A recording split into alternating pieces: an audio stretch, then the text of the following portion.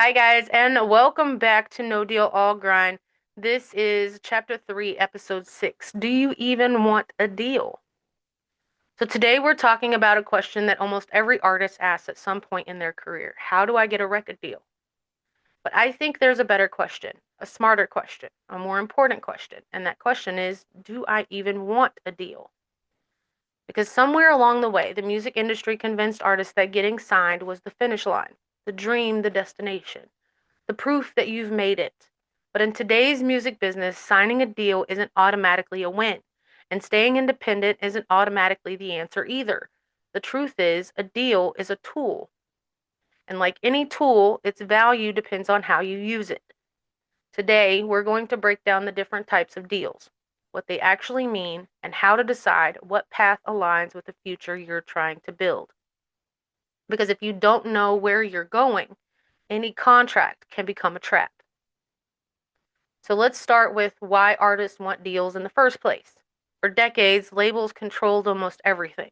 They controlled distribution, manufacturing, marketing, radio access, industry relationships, and retail placement.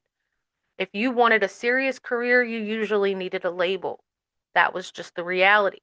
But the internet changed the game. Today, artists can release music globally, build audiences directly, monetize independently, create content without gatekeepers. Yet, many artists still chase deals because they associate them with validation, security, success, and financial freedom. The problem: a deal doesn't automatically provide any of those things. A bad deal can actually delay your growth.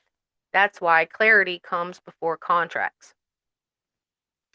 So let's break down some of the most common arrangements because not all deals are created equal. First, you've got distribution deals. A distribution deal is often the most artist-friendly option. In many cases, you maintain ownership of your masters while gaining access to distribution infrastructure, marketing support, playlist pitching opportunities, industry relationships. The distributor helps get your music into the marketplace, but you often retain more control over your career. This is why many modern independent artists pursue distribution partnerships first. They can scale while preserving ownership. And you've got traditional record deals. Traditional label deals typically involve upfront advances, marketing budgets, promotional support, and industry access. In exchange, the label often receives rights to your recordings for a specified period or longer. These deals can create major opportunities, but they also require artists to understand exactly what they're giving up, because ownership surrendered today may affect earnings for decades. Now, let's talk about one of the most misunderstood contracts in music, the 360 deal. A 360 deal allows a company to participate in multiple revenue streams, potentially including music sales, streaming revenue, touring, merchandising, sponsorships, and licensing opportunities. Now, many artists hear 360 and immediately think it's bad. That's not necessarily true. The real question is, what are you getting in return? If a company is taking percentages from multiple revenue streams, then they should be creating measurable value across multiple areas of your business. A deal should create more opportunity than it extracts. If it doesn't, that's a problem. Never focus only on what they're offering. Always focus on what you're giving away.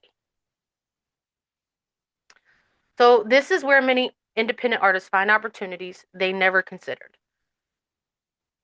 Licensing agreements can be powerful. Under many licensing arrangements, you retain ownership, the company licenses your music, the right eventually reverts back to you. The relationship often has a defined time frame. This can allow artists to access resources without permanently giving up assets. Think of it like renting access rather than selling ownership. For artists focused on long-term wealth creation, licensing can sometimes provide a compelling middle ground between full independence and traditional signing.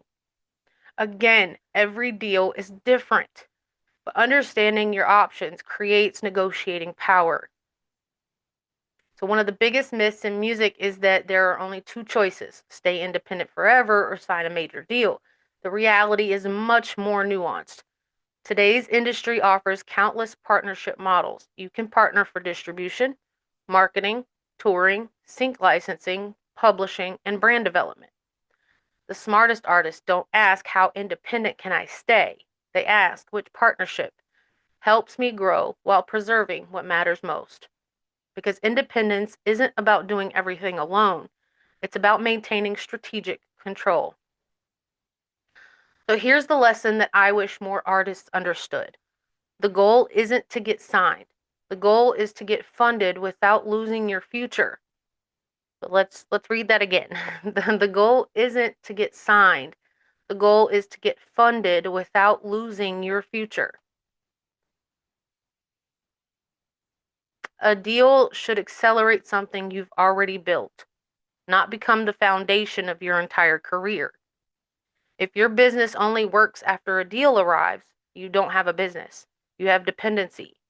Build the audience, build the catalog, build the leverage.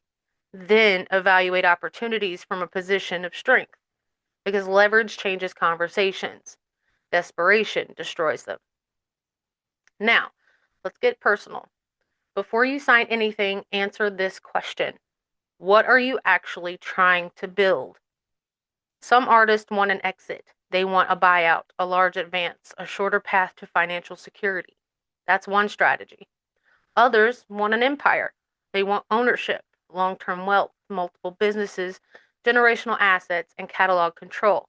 That's another strategy. Neither answer is automatically right or wrong, but confusion creates mistakes. If you're building an empire, you'll evaluate contracts differently than someone pursuing a quick exit. Vision determines decisions. So this week's challenge, define your long-term vision. Grab a notebook and answer the following questions. Where do I want to be in 10 years? Do I value ownership or speed? What assets do I want to control? What am I willing to partner on? What am I unwilling to give up?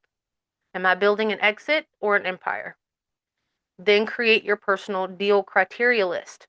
Before signing anything in the future, compare every opportunity against that list. If it aligns with your vision, then explore it. If it doesn't, then walk away. Too many artists spend years trying to get a deal without ever asking whether the deal supports their future. So remember, not every deal is bad. Not every independent path is good. The answer depends on your goals. The smartest artists aren't chasing contracts. They're building leverage, because leverage gives you choices, and choices create freedom. This has been No Deal All Grind. Build your vision, protect your future, understand your value, and remember, legacy over labels always. I want to thank you guys for joining, and I'll see you on the next episode. Bye, guys.